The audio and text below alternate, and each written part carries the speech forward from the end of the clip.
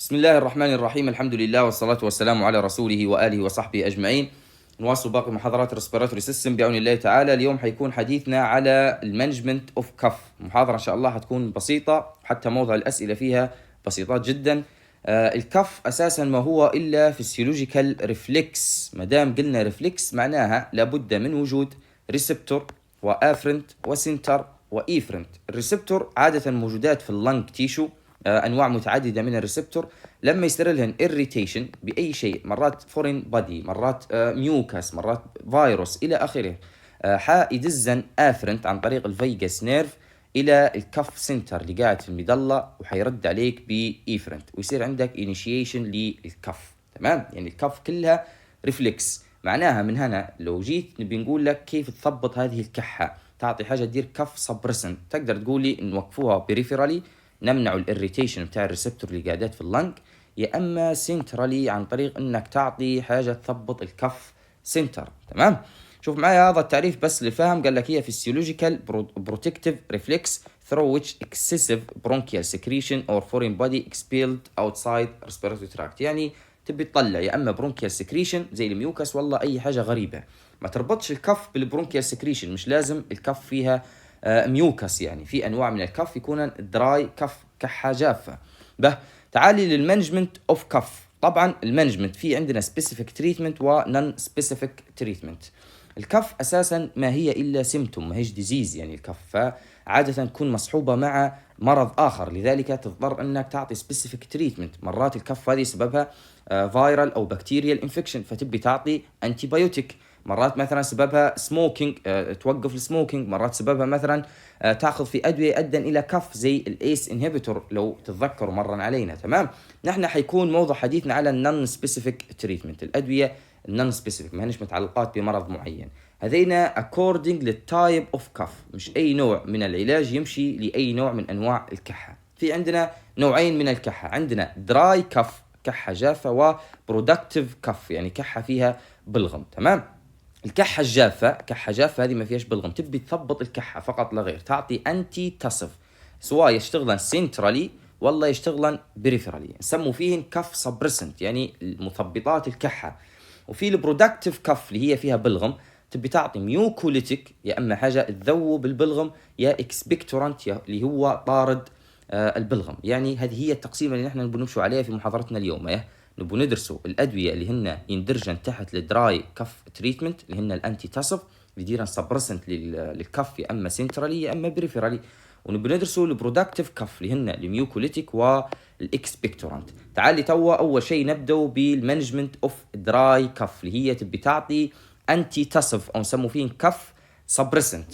في عندنا مجموعه يشتغلن سنترالي على الكف سنتر اللي قاعد في المظله، وفي وحدات يشتغلن بريفيرالي على اللنج تيشو، يمنعن الاريتيشن اللي صاير في اللنج تيشو. تعالي اول شيء المجموعه اللي تشتغل سنترالي اللي حتثبط الكف سنتر اللي قاعد في المظله، عندنا الاوبيويد انتي تصف، مرات علينا اللي هن عائله الاوبيويد. عندك المجموعه الثانيه اللي هن الاتش 1 بلوكر الفيرست جينيريشن الانتي هيستامين.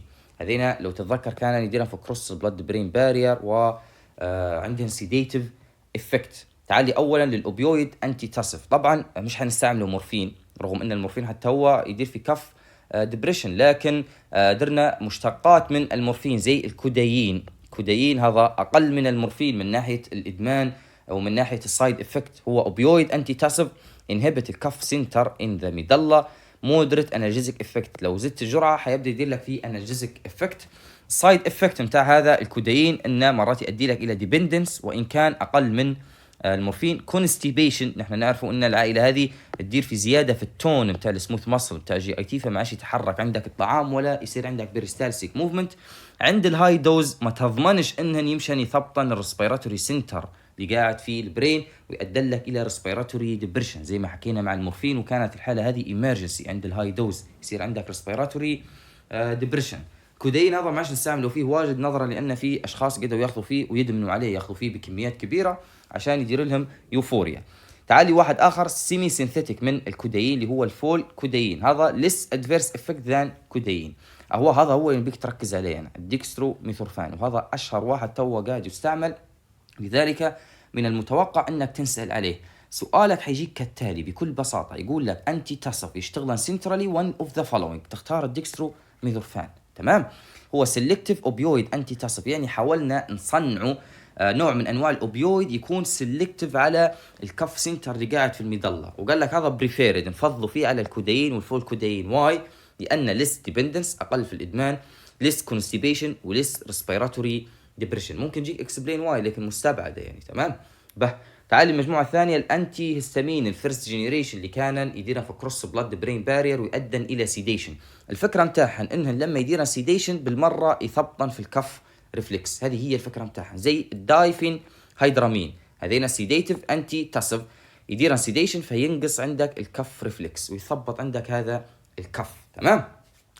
لو تتذكروا الفيرست جينيريشن الاتش 1 بلوكر كنا نقولوا عندهم اتروبين لايك اكشن، عندهم انتي ماسكارينيك افكت يؤدن الى دراي سكريشن، يعني حيخلن البرونكاي دراي، وهذه ما هيش حاجه كويسه في امراض معينه. الدراي اير واي مرات يؤدي الى اريتيشن زايد، فلذلك الانتي هيستامين هذين ما نستعملوش فيه واجد. تمام. شوف السايد افكت قال لك سيديشن، انتي كولينيرجيك اللي هن يؤدن الى دراي سكريشن. بحث هنا قال لك في مرض اسمه برونكيكتيسيس، هذا البرونكيكتيسيس عاده يجد عندك نسبه كبيره من الميوكس، فلو عطيت انتي هيستامين شوفه حيبدا يدلك دراي في الميوكس، فيجد الميوكس جاف ويجد الميوكس غليظ قاعد عندك في البرونكاي ومعاش يطلع، فلذلك الانتي هيستامين هذينا ما نستعملوش فيهن لمرض زي البرونكيكتيسيس، بل نستعملوا حاجه تكون ميوكوليتيك تذوب البلغم. قال لك شوفه، قال لك سبورتنج برونكيال انفلاميشن، هو انفلاميشن مرات يكون فيه بكتيريا، اور مثلا كرونيك برونكايتس.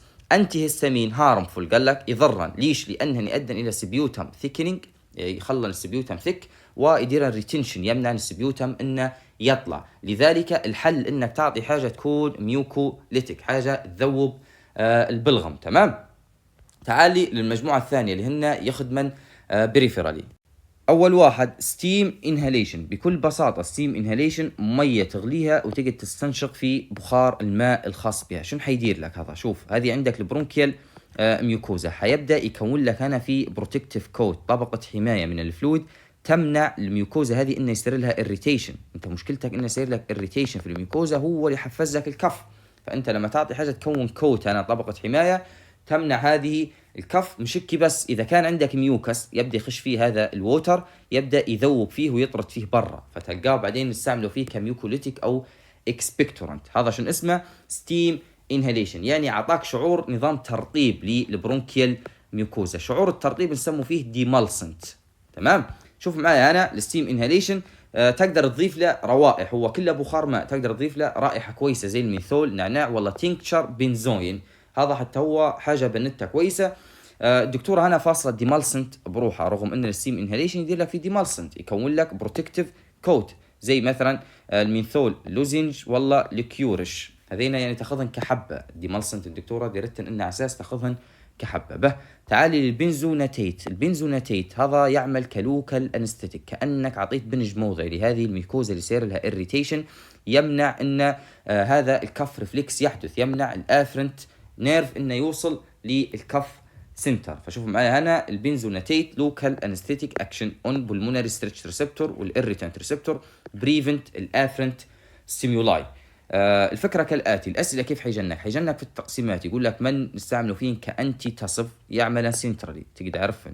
من نستعمله فين كانتي تصف يعمل بريفيرالي، تقدر تعرف الاسماء. تعال معي النوع الثاني من الكف اللي هو البرودكتيف كف، عندنا الاكسبكتورنت وعندنا الميوكوليتيك مذيب البلغم، وعندنا الاكسبكتورنت طارد البلغم. شنو الفرق الجوهري بين الاكسبكتورنت والميوكوليتيك؟ شوفوا معي، هذا الميوكس. تمام. الميوكس لما تعطي اكسبكتورنت طارد للبلغم حيجي يبدا يزيد لك في كميه السكريشن اللي عندك في البرونكاي، فيبدا هذا الميوكس يقل الفيسكوسيتي بتاعه، تقل الكثافه بتاعه، ويقد يطلع بسهوله، يعني زاد لك الاماونت اوف سكريشن فقلت عندك الفيسكوسيتي. اما الميوكوليتيك لا، يجي الميوكس هذا بروحه ويذوبه، فلما يذوب عندك الميوكس يقد ليكويد ويطلع بسهوله. اما الاكسبكتورنت يزيد في الاماونت، هذا هو الفرق الجوهري بين الاثنين. تعال معايا الاكسبكتورنت قال لك ليكويفاي برونكيال سكريشن، يعني يخلي البرونكيال سكريشن ليكويد، يزيد الفوليوم، فلما يزيد الفوليوم تقل الفيسكوسيتي. يا اما قال لك دايركت عن طريق يزيد البرونكيال جلاند سكريشن، يزيد البرونكيال جلاند سكريشن فيزيد الفوليوم فتقل الفيسكوسيتي، فيبدا يطلع عندك هذه السوائل من الريسبيراتوري تراكت، او عن طريق ريفلكس يزيد الجاستريك اريتيشن. في بعض الادويه هذين يزيد الجاستريك اريتيشن، فحتى اذا كان البلغم هذا بلعته يبدا يطلع بسهوله لانك انت زدت الجاستريك اريتيشن. من عندنا هذه المجموعه عندنا اول واحد جوافينسين. الجوافينسين هذين مشتقات من اوراق من الشجر وقاعد موجود في الصيدليات. هذا يعمل كاكسبكتورانت. عندنا وحدات اروماتيك فولاتايل اويلز ان ووتر فيبور، بخار ماء نفس اللي حكينا عليه بدري، تحط فيه ميثول ولا تينكتشر بنزوين. نويزنت هن اللي يديرن جاستريك اريتيشن، يدير لك نظام نويزيا. عندك سيرب ايبيكيك امونيوم كلورايد وكربونيت. تمام.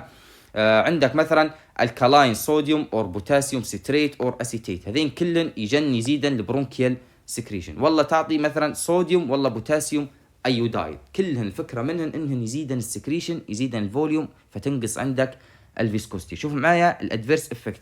ريسبيراتوري اريتيشن، في بعض المواد هذين يديرن ريسبيراتوري اريتيشن زي النويزنت، هذين ما تضمنش انهن ما يديرنش اريتيشن للبرونكيال ميوكوزا، فقال لك كونترا انديكيتد في الاكيوت برونكايتس والازما. اذا كان عندك اريتيشن في البرونكاي زي واحد عنده انفلاميشن والله عنده ازما. جاستريك اريتيشن، ما نحن قلنا اصلا في وحدات يشتغلن عن طريق يديرن جاستريك اريتيشن. هايبر سنسيتيفيتي برضه نفس الفكره اريتيشن. ايوديزم بسبب هذا اليود وجد ان اليود لما يزيد واجد يبدا يطلع في السكريشن بتاع جسمك. شوفها قال لك اكسسيف سكريشن في اللاكريمال والله السلفري، يبدا عيونك يدمعن، السلايفا يبدا يكثرن، فديما تلقى يواخذ كميه كبيره من اليود، تصير لهذه الاريتيشن بسبب زياده اليود. الادفيرس افكت الاخرى سبريد اوف انفكشن ان تي بي، مرات اذا كان عندك انفكشن يزيدنها، فقال لك كونترا انديكيتد اذا كان البيشنت عنده تي بي برونكايتس. يعني شنو بدك تعرف بس من الاكسبكتورنت انهن يجن الميوكس، يبدا يزيدن في الفوليوم، ركز معي، فيبدا يذوب الميوكس وتنقص الفيسكوسيتي. ركز على الجوافينسين، ممكن يجيك يقول لك ام سي كيو بس يقول لك one of the following is expectorant. تمام. وركز لي بس على نويزنت انهن يديرن في جاستريك irritation. تعال للمجموعة الثانية اللي هن الميوكوليتيك هذين يذوبن البلغم، يجن البلغم بروحه ويبدأ يذوبن فيه. تمام. يمنع هذا الميوكس انه يتكون اساسا فيذوب ويسهل طرده، فقال لك ينقص الفيسكوسيتي وبوتنشيات الاكسبكتورانت، يعني يقون طرد هذا البلغم. من عندنا بروموهكسين وامبروكسول، هذين نفس الميكانيزم اوف اكشن يشتغلن بيها. شوف يجن للميوكس، الميوكس يدخل في تركيبه ميوكو بوليساكرايد. الميوكو بوليساكرايد هذا لازم يتكتل على بعضه، يجد بوليمر عشان يتكون عندك الميوكس، هن يمنع هذا البوليمريزيشن. تمام. فشوف معايا قال لك يمنع بوليمريزيشن اوف ميوكو بوليساكرايد اوف ميوكس، هذا البرومو هكسين وكذلك الامبروكسول. والدكتوره قالت ما نسالش في الميكانيزم، نسال من منهن ميوكوليتيك، تذكر لها هذينا.